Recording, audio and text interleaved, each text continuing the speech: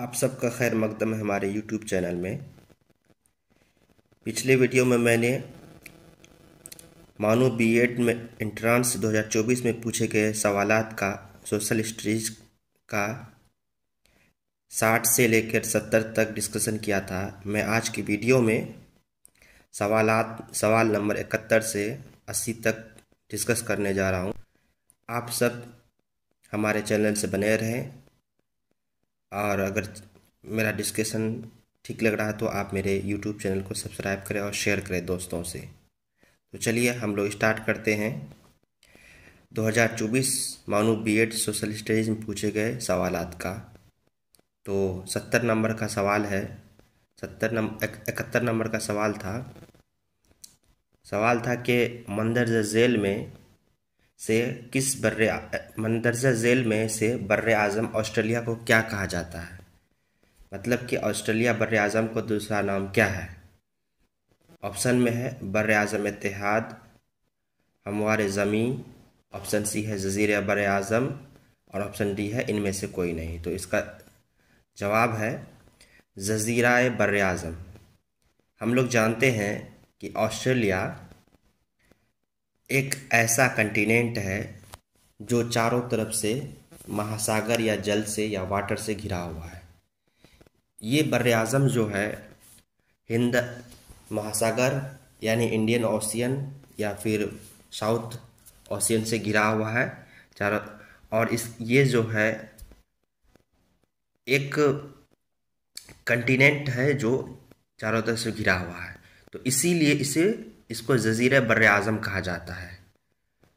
और ये हमारे पृथ्वी के साउथ पोल के आसपास ये वाक़ है। तो अगला 72 नंबर सवाल ये है। 72 नंबर सवाल ये है कि RTE एक्ट यानी कि right to education act Hindustan में कब नाफिज किया गया है। सवाल यह है कि right to education act Hindustan में कब नाफिज किया गया। ये सवाल लगभग एजुकेशन या फिर किसी भी टीचिंग एग्ज़ाम हो लगभग पूछा जाता है।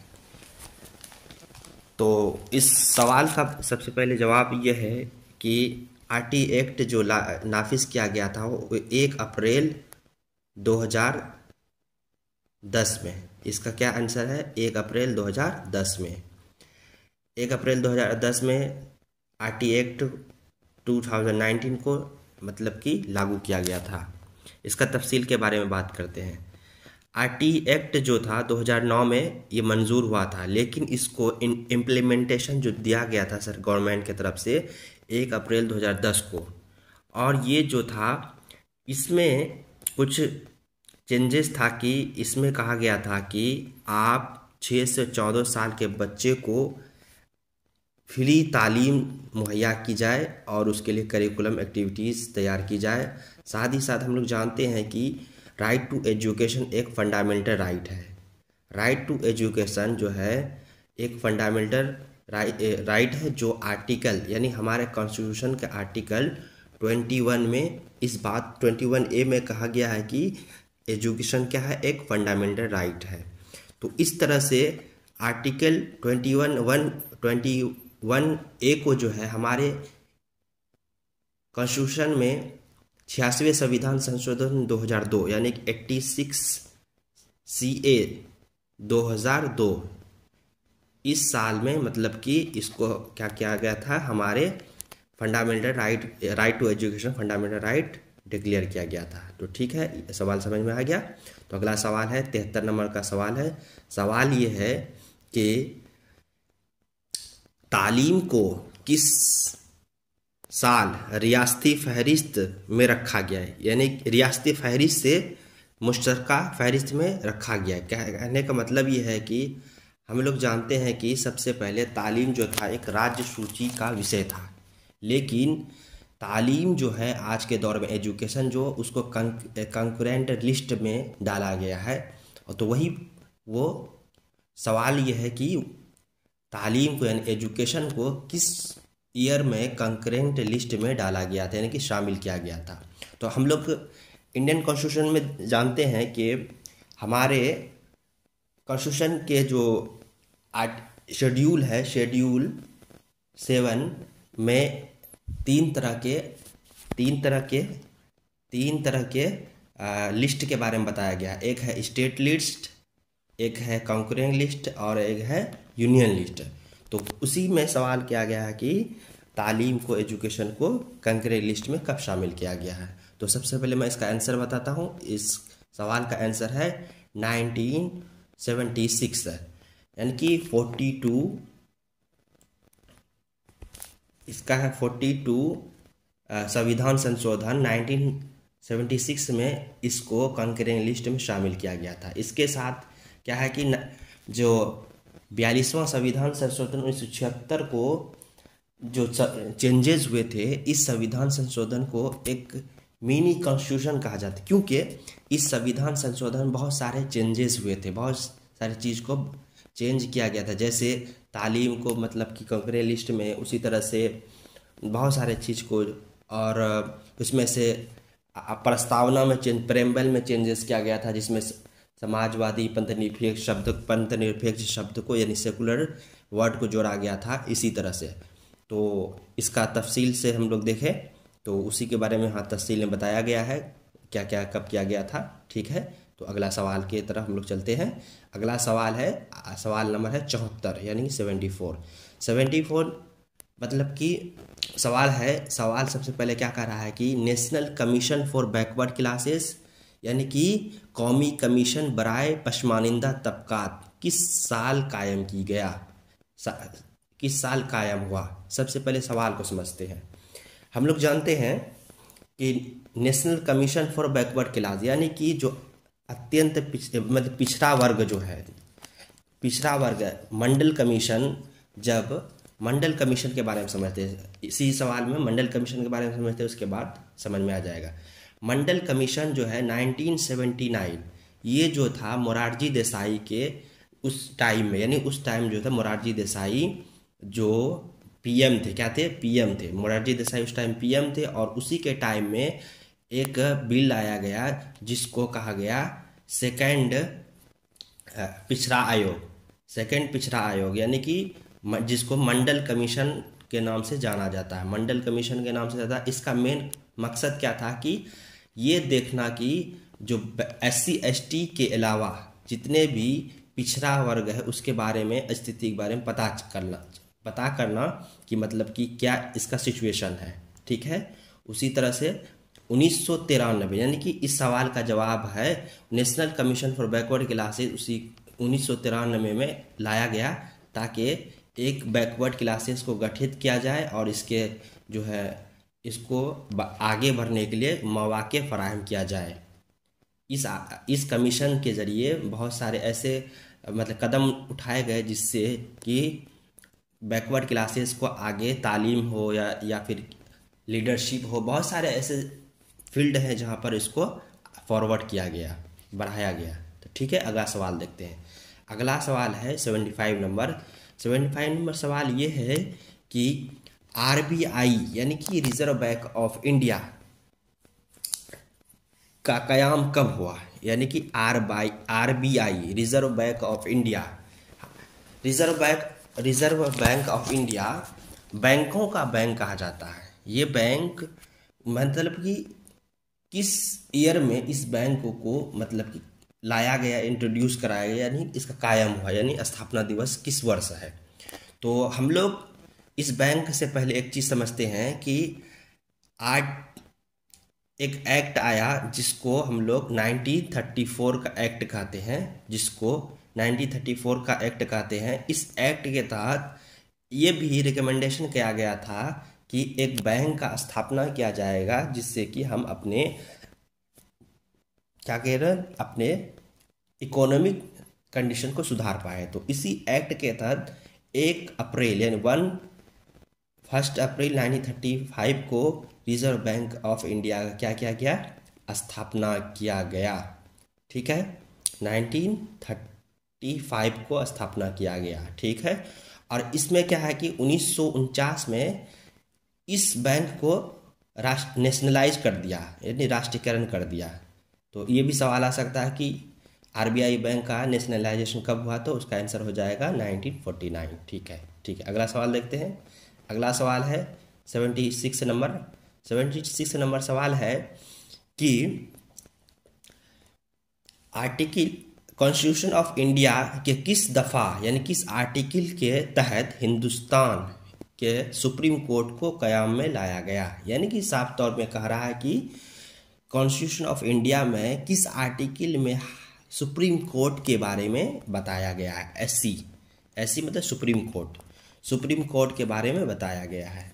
तो इसका आंसर जानते हैं। सबसे पहले इसका आंसर है ए दफ़ा यानी आर्टिकल 124। आर्टिकल 124 में सुप्रीम कोर्ट के बारे में बताया गया है। ठीक है, तो इसका थोड़ा सा एक्सप्लेनेशन देख लेते हैं। हमारे हिंदुस्तान के आइन में आर्टिकल यानी दफ़ा 124 में सुप्रीम कोर्ट के बारे में बताया गया है। सुप्रीम कोर्ट के बारे में ये बताया गया है कि आर्टिकल 124 में कि सुप्रीम एक हमारे हिंदुस्तान में यानी कि इंडिया में एक सुप्रीम कोर्ट होगा। ठीक है, उसके बाद हम लोग ये भी जानते हैं सुप्रीम कोर्ट का जो है ये दिल्ली में है, न्यू दिल्ली, एन दिल्ली में है। और इसका जो इस्टेब्लिश यानी सुप्रीम कोर्ट का स्थापना कब हुआ था, तो इसका स्थापना की बात करेगा तो 24 जनवरी 1950, 24 जनवरी 1950 को हमारा सुप्रीम कोर्ट का स्थापना। इसी तरह से हम लोग क्या है, हमारे हिंदुस्तान में एक क्या है, एक हरी नागरिकता है, यानी कि सुप्रीम कोर्ट सबसे ऊपर, उसके बाद हाई कोर्ट, उसके बाद डिस्ट्रिक्ट कोर्ट, जिसे हम लोग इस तरह से इसको देख सकते हैं। सुप्रीम कोर्ट, हाई कोर्ट और ये जैसे ट्रायंगल है, इसी तरह से सबसे पहला आ जाएगा सुप्रीम कोर्ट, उसके बाद आ जाएगा हाई कोर्ट, उसके बाद हो जाएगा डिस्ट्रिक्ट कोर्ट। तो इसके अलग अलग मतलब कि आर्टिकल है, तो इसी के बारे में तफसील से बताया गया है। ठीक है, आगे बात करते हैं। अब 77 नंबर है। 77 नंबर यह है कि सवाल, हिंदुस्तान के आइन में कितने बुनियादी हुकूक हैं। ठीक है, अब देखिए हम लोग जानते हैं कि फंडामेंटल राइट्स, ठीक है, फंडामेंटल राइट्स, सबसे पहले इसका बैकग्राउंड देखते हैं। फंडामेंटल राइट्स जो है हमारे कॉन्स्टिट्यूशन ऑफ इंडिया के पार्ट्स जो है 3 में है। कितना में? 3 में है। और इसका आर्टिकल बात किया जाए तो आर्टिकल 12 से लेकर के 35 तक है, 12 से लेकर के 35 तक है। ठीक है, और इसी 12 से लेकर 35 में आर्टिकल में हमारे अगर बोला जाए कि शुरुआती दौर से यानी कि जब हिंदुस्तान में कॉन्स्टिट्यूशन बना था उस टाइम फंडामेंटल टोटल कितना था? 7 था। और एक फंडामेंटल राइट को यानी कि 70 नहीं, एक राइट है जो 44 CA यानी कॉन्स्टिट्यूशन अमेंडमेंट 1978 को जो राइट टू प्रॉपर्टी था उसको हटा करके जो है भाग 12 में राइट मतलब कि राइट टू लॉ कर दिया, यानी संपत्ति का अधिकार को हटा करके उसको कानूनी अधिकार बना दिया। भाग 12 आर्टिकल 300A के तहत उसको कानूनी अधिकार बना दिया गया। इसी तरह से हम अगर बांट के देखेंगे राइट मतलब फंडामेंटल राइट को, तो उसमें आता है राइट टू इक्वलिटी जो 14 से 18 आएगा। उसी तरह राइट टू, उसके बाद इक्वलिटी आ जाएगा, उसके बाद समता का अधिकार, स्वतंत्र, राइट टू फ्रीडम, स्वतंत्रता का अधिकार हो जाएगा 19 से 22 तक। उसके बाद स्वतंत्रता के बाद आ जाएगा उसके बाद जैसे धर्म का। उसके बाद आर्टिकल 32 भी आता है। आर्टिकल 32 को हम लोग संवैधानिक उपचार का अधिकार कहते हैं, और इसको भीमराव अंबेडकर ने कहा था कि ये मौलिक अधिकार का एक आत्मा है, यानी आर्टिकल 32 को BR अम्बेडकर ने मौलिक अधिकारों का आत्मा कहा था। ठीक है, चलिए। और लेकिन इसमें अगर जब 4 करके देखेंगे तो टोटल 12 आएगा, तो इसी वजह से आंसर 12 दिया हुआ है। ठीक है, अगला सवाल देखते हैं। अगला सवाल क्या है? अगला सवाल है कि हिंदुस्तानी यानी कि अगला सवाल ये है कि हिंदुस्तान में यानी कि भारत में के हुकूमत गवर्नमेंट में डेमोनेटाइजेशन यानी कि विमुद्रीकरण इसको बोलते हैं। डेमोनेटाइजेशन यानी नोटबंदी, साफ लफ्ज़ों में बोला जाए नोटबंदी हिंदुस्तान में हुकूमत कब लागू किया दिया था। तो हम लोग सब जानते हैं कि नरेंद्र मोदी के काल में मतलब कि वो दिन 12 बजे रात का दिन था, 12 बजे रात में जो 8 नवंबर को जो है ये घोषणा किया गया था हमारे नरेंद्र मोदी के जरिए 8 बजे रात में। ठीक है, अब देखते हैं 79 सवाल नंबर 79 सवाल नंबर ये है कि प्लानिंग कमीशन यानी कि हिंदुस्तान में प्लानिंग कमीशन को कब क़याम में लाया गया था, यानी कि जाहिर सी बात है कि प्लानिंग कमीशन कब इंट्रोड्यूस किया गया था भारत में। चलिए इसके बारे में पहले आंसर देखते हैं, उसके बाद इसका तफसील देखेंगे। सबसे पहले आंसर है कि इसका आंसर है 15 मार्च 1950। 15 मार्च 1950 इसका आंसर है। इसका थोड़ा बैकग्राउंड देखते हैं। उस वक्त हमारे हिंदुस्तान के वज़ीर आज़म पंडित जवाहरलाल नेहरू हुआ करते थे और उसी के कार्यकाल में प्लानिंग कमीशन को इंट्रोड्यूस किया गया था। और हम जानते हैं कि प्लानिंग कमीशन का अध्यक्ष जो होता है, जो उस टाइम का यानी कि जो उस टाइम पीएम होता है वही उसका क्या होता है, अध्यक्ष होता है। तो सवाल ये भी आ सकता है प्लानिंग कमीशन का सबसे पहला अध्यक्ष कौन था, तो आंसर आ जाएगा नेहरू, यानी पंडित जवाहरलाल नेहरू ही था जो सबसे पहला प्लानिंग कमीशन का अध्यक्ष था। जैसे 2015 को अब प्लानिंग कमीशन के जगह पे अभी आज के दौर में है नीति आयोग को अब सवाल थोड़ा सा डिस्कस कर लिया जाए कि नीति आयोग को कब इंट्रोड्यूस किया गया। नीति आयोग को प्लानिंग कमीशन के जगह पे 1 जनवरी 2015 को नीति आयोग को इंट्रोड्यूस किया गया और इसको जो है एक थिंक टैंक के रूप में बनाया गया नीति आयोग को, यानी कि ये पूरी तरह से इंडियन मॉडल पे क्या है, ये मुश्तमिल है। तो प्लानिंग कमीशन के जगह पे आज क्या है, नीति आयोग है। नीति आयोग को 2015 में इंट्रोड्यूस किया गया। और अगर पूछा जाए कि नीति आयोग का अध्यक्ष कौन है, तो जिस तरह से प्लानिंग कमीशन का अध्यक्ष होता था उसका तत्कालीन पीएम, उसी तरह से नीति आयोग का भी अध्यक्ष कौन होता है, पीएम। अब तो आंसर हो जाएगा नरेंद्र मोदी अभी फिलहाल में क्या है, उसका अध्यक्ष है। ठीक है, अगला सवाल देखते हैं। अगला सवाल है लास्ट आज का वीडियो का लास्ट सवाल नंबर 80 में क्या है कि एक मिनट, हाँ, सवाल नंबर 80 में क्या है, 80 नंबर सवाल है कि 1857 की पहली जंग आज़ादी की क़यादत किसने की, यानी कि पूरे ऑल ओवर इंडिया में 1857 की क्रांति का जो था क़यादत यानी लीडरशिप किसने की थी। तो हम लोग जानते हैं कि 1857 क्रांति के टाइम में, उस टाइम में जो था मुग़ल बादशाह वज़ीर मुग़ल जो था उस टाइम था बहादुर शाह ज़फ़र, यानी कि बहादुर शाह ज़फ़र उस टाइम क्या था, मुग़ल का आखिरी बादशाह था। ठीक है। उसके बाद इसका थोड़ा सा हम एक्सप्लेनेशन देखते हैं। तो इसका सबसे पहले आंसर देखते हैं। मुग़ल बादशाह कौन था, बहादुर शाह ज़फ़र। 2 मिनट के लिए मैं इसके बारे में थोड़ा एक्सप्लेनेशन देना चाहता हूँ कि सबसे पहले 1857 की क्रांति की बात करते हैं। 1857 की क्रांति जो है ये सबसे पहले कहाँ से स्टार्ट हुई, मेरठ से हुई।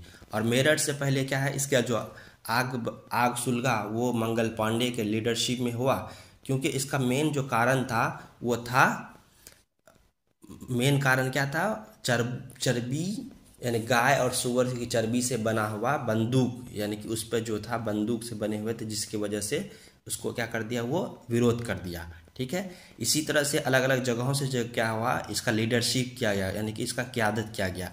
तो उस टाइम में जो था कि अलग अलग जगह से, जैसे कुछ जगहों से कौन कौन क्या था, हम उसके बारे में थोड़ा सा एक्सप्लेन कर देते हैं। जैसे उस टाइम में क्या था, बिहार से जो था कुंवर सिंह था, उसी तरह से लखनऊ से जो था बेगम हजरत महल था, उसी तरह से झांसी से जो था रानी लक्ष्मीबाई, यानी कि ये सब फेमस नाम है।